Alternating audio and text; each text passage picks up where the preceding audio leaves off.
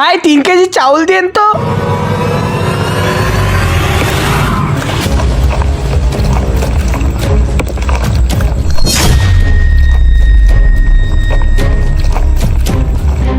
ভাই ঘির ভিতরে পুরো 1 বোতল কোকো কোলাই দিয়ে দিয়েছি। আজকে তো দোকানদার থেকে লক্ষ টাকা কামিয়ে নিব। এই যে নাও ভাই তোমার 3 কেজি চাউল। কিছু আর লাগলে বলো আমায়। আর 1 পো লাল মরিচ দিয়ে দেন।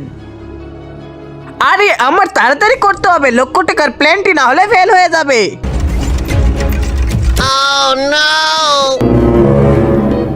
এই যে নিন আপনার লাল মরিচ, আপনার পুরো টাকা হচ্ছে। না না থামো ভাই, 1 ডাব্বা দুধ দিয়ে দেন। এ কি করছো ভাই, সব তো একবারও বলতে পারো। তাও না।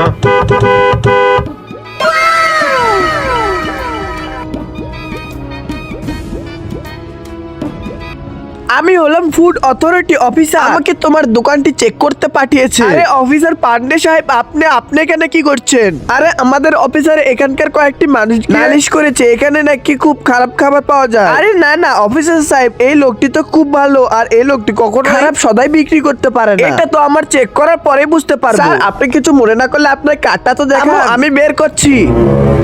এখানে আমি তোমার চেকিং করতে এসেছি না তুমি আমার চেকিং করছো। পুলিশ অফিসার কখনো কার্ড দেখায় না। আরে কিছু তো গোলমাল রয়েছে, আগে তো অন্য অফিসার আসতো। এত কি ভাবছো, তোমার দোকানে চেকিং করাও।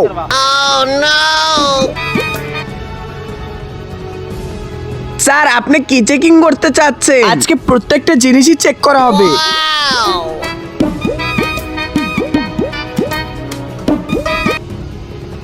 এই চাউলের ভিতরে পাথর কেন? পাথর আর চাউল আলাদা করে রাখবা। আর এটা কি ছড়িয়ে ছিটিয়ে রেখেছো? তুমি সাফাই করো না কে? সব সুন্দর করে সাফাই করে রাখবে। আচ্ছা ঠিক আছে স্যার। জনাব এই যে দেখো, এটার উপরে ধুলো জমে আছে। হ্যাঁ এটা মিষ্টি। এখন চলো কাউন্টারে চেকিং করাও।